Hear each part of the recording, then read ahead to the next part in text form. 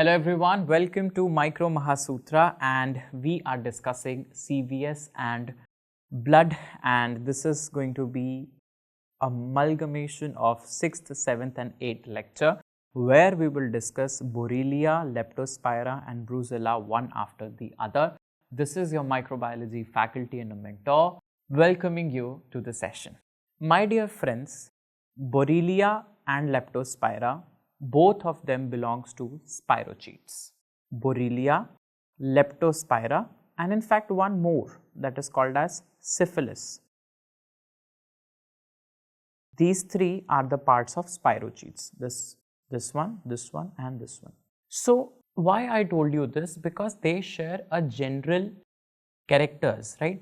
For example, you have got spirochaetes like Borrelia, like Leptospira, they are going to be spiral in shape. So their shape is spiral. They have got endoflagella. Endoflagella means that the flagella is going to come from inside, and because the flagella is coming from inside, this is called as endoflagella. Coming from inside means what? Coming from periplasmic space. Coming from periplasmic space, and once it is out, it is called as axial filament. It is called as what? Axial filament. All the member of spirochaetes, be it Borrelia or Leptospira, they don't take the gram stain, but they take the silver stain such as Fontana and lividity stain. They don't take the gram stain, okay, but they take the silver stains like Fontana and lividity stain, okay. So if the question is on Borrelia, you have to keep in mind. If the question is on Leptospira or even syphilis, you keep in mind these are spiral having endoflagella. They don't take the gram stain, they take the Fontana and lividity stain, okay. So Fontana, lividity you have to remember, okay. I have nothing to make you remember in that. Coming on to Borrelia, which is not only important but common also, okay. So Borrelia burgdorferi, remember Lyme's disease, okay. How it is, Borrelia burgdorferi causes Lyme's disease. If you remember from my general microbiology, I told you they are going to show lashing mortality. So L for lashing mortality, L for Lyme's disease. And Lyme's disease is caused by tick bite, okay.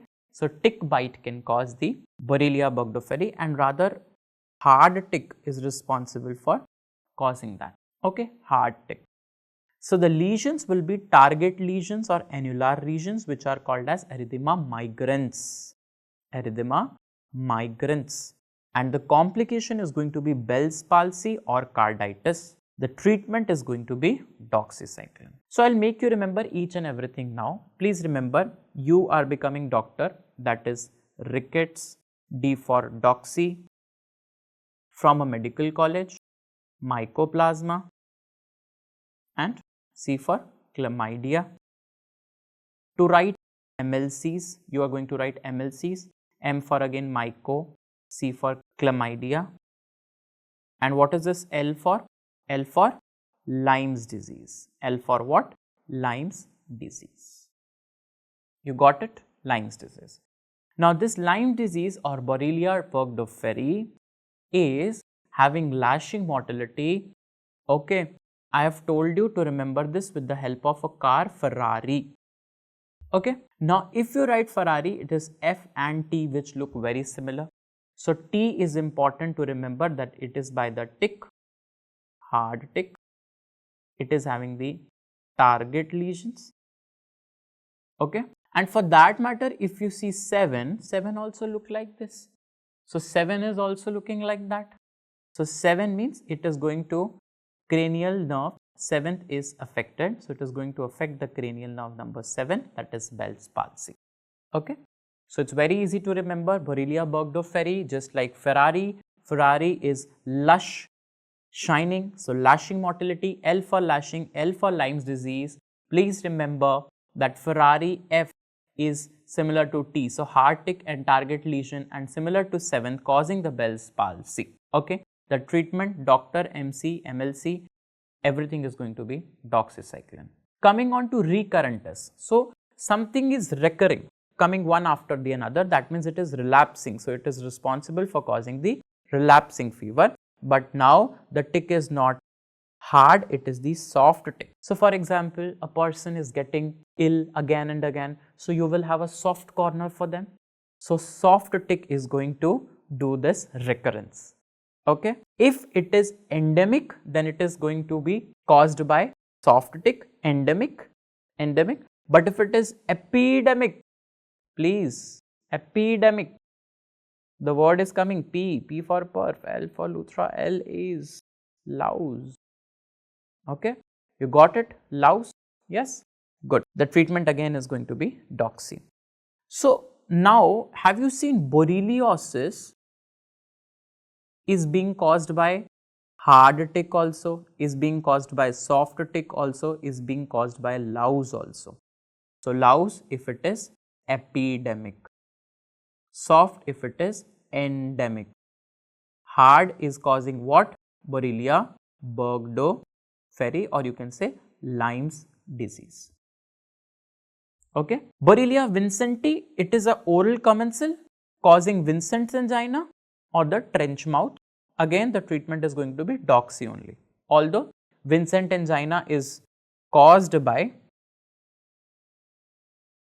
group A Streptococcus mainly, but then this is also the organism, okay, or you can say also caused by. Okay.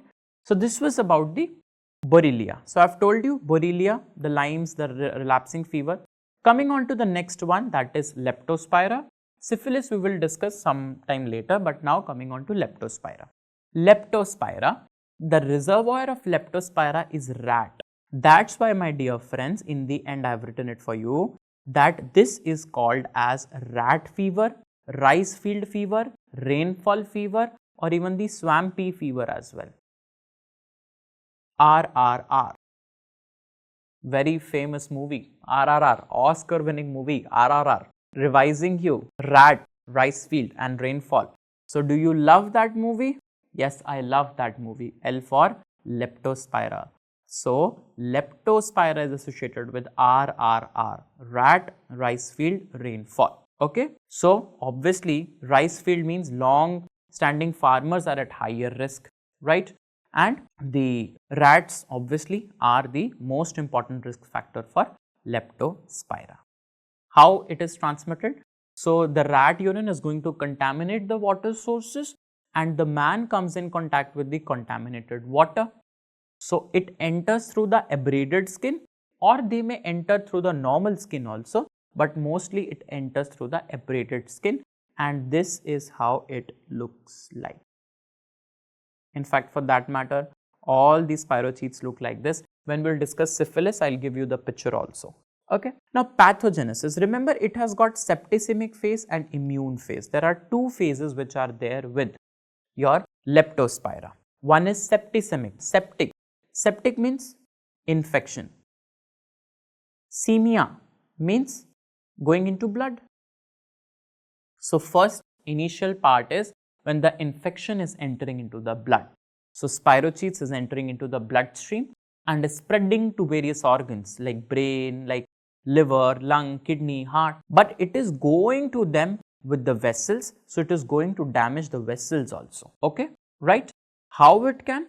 First of all, it has got a fast motility, and the second thing is that it can damage. It can damage the hyaluronidase. It can damage what? The membrane with the help of enzyme hyaluronidase. Okay. So what is happening in the septicemic phase? Once it enters, it is going to go into the blood vessel and then reach the organs. But once it is getting into the blood vessel, first of all, it is highly motile. Second important thing is it releases hyaluronidase, and because of both of these, blood vessels are going to show damage.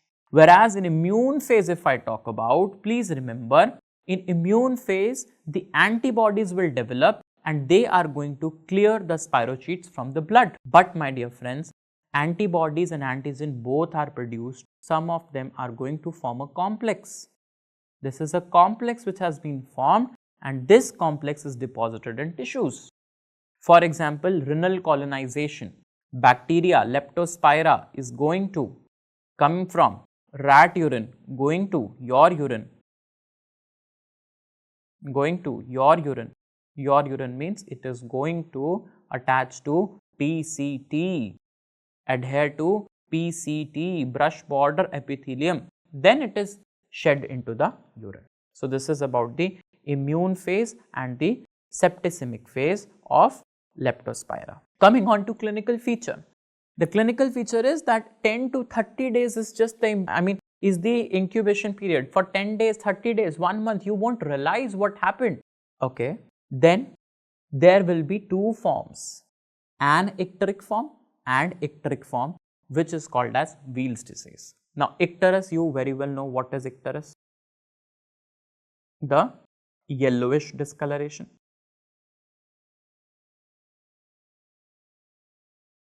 I have a patient of mine, so he was working in the fields and obviously rats are very common. So what happened, approximately it was the October in northern parts, in Haryana I am talking about. So like my city, 𝗵𝗵𝗵𝗵, Haryana. So what happened is, after 1 month, like it was September has a rainfall, good rainfalls are coming. In the month of October, he developed fever, jaundice all together.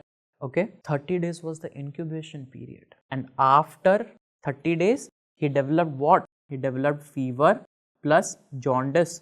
So it got, he got both the forms, anicteric, that means flu-like illness, fever, chills, headache, all those things, and conjunctival suffocation. And icteric form, they have got hepato, that means liver, renal, that means kidney, hemorrhagic, that means bleeding syndrome, very severe. Okay, so icteric forms have all these things. Hepatorenal hemorrhagic syndrome, this is the severe form. In icteric form, they are going to show jaundice and hepatitis, right? Icteric, jaundice, hepatitis. In non-icteric, they have got renal failure, meningitis, and if both of them are there, then hepatorenal syndrome. So what you are supposed to remember, mostly in 90% of the cases, it is anicteric.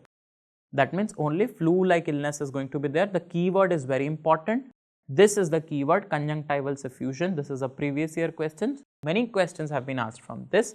Whereas if you talk for icteric form, severe is hepatorenal hemorrhagic. If they both of them are there, then hepatorenal is there. If icteric, then jaundice. If non-icteric, then going to brain and kidney. That means renal failure and meningitis is going to occur. So in early phase, the specimen you can collect from the blood, but once it is in the recovery phase, I have told you it is going to show antigen antibody complexes in the kidney, and that's why in later phase you should detect out in the urine. How will you detect? Please remember, the silver stain I have already told you, but the microscopy is dark field microscopy. The microscopy is which microscopy? Dark field microscopy. And what about the culture media? Very, very, very important. Remember, 𝗵𝗵𝗵𝗵 media. These are the names of 4 scientists, or you can say microbiologists: Ellingsen, McLaugh, Johnson, Harris, and Korthoff media and Fletcher media. Okay, so you have to remember, we don't have any option: Fletcher media, Korthoff media, and 𝗵𝗵𝗵𝗵 media. Okay, clear? So very simple to remember is Korthoff, Fletcher, 𝗵𝗵𝗵𝗵 media. Okay, clear? So this was about the Leptospira's culture media. I am repeating once again, Leptospira, yes, 𝗵𝗵𝗵𝗵, Fletcher, Korthoff. I used to forget a lot in my UG days. So what I remember, lepto having spira, that means if I will even try to remember the names of culture media, my head will go spiral. So I used to ignore, oh my god, tough names. But by the time I was reading, they got fit into my brains, right? So just remember like that, okay? Or if you love conflicts, then things are easy for you, okay? So F and L for Fletcher, L for Leptospira, E for 𝗵𝗵𝗵𝗵 media, and K for Korthoff media. Okay. Serology, very important. Leptospira has got MAD. So IJKLM, IJKLMNOP, something like that. So L and M are important because they are coming together, and MAD, please remember MAD, microscopic agglutination, is for Leptospira, because there are other Also like standard agglutination. So this is your homework question. Let me know in the comment section. Standard agglutination is used for what? Yes, standard agglutination is used for what? And the treatment, because Borrelia, Brucella, Leptospira, I told you, we'll discuss together. Doxycycline is going to be the treatment. Okay. And yes, Leptospira interrogans is the full name, and it is the interrogans because it is the question mark shape, or it is the hook-like ends, having the hook-like ends. Okay. Coming on to Brucella. Very sad to say this, but my father has this disease and the diagnosis of Brucella is very difficult. So what happened, let me tell you this story. Long back, I was at home. I was not at home. Yeah, I was somewhere outside. So what happened is that he's fond of going to farm and having the milk. So he was having the milk, unpasteurized milk he had. Tea actually, not milk but tea. So approximately after say 15 days, 20 days, he started developing fever. Daily fever, fever. We started with the basic antibiotics, started with the rifampicin in the end, my dear friends, and then we got rid of it.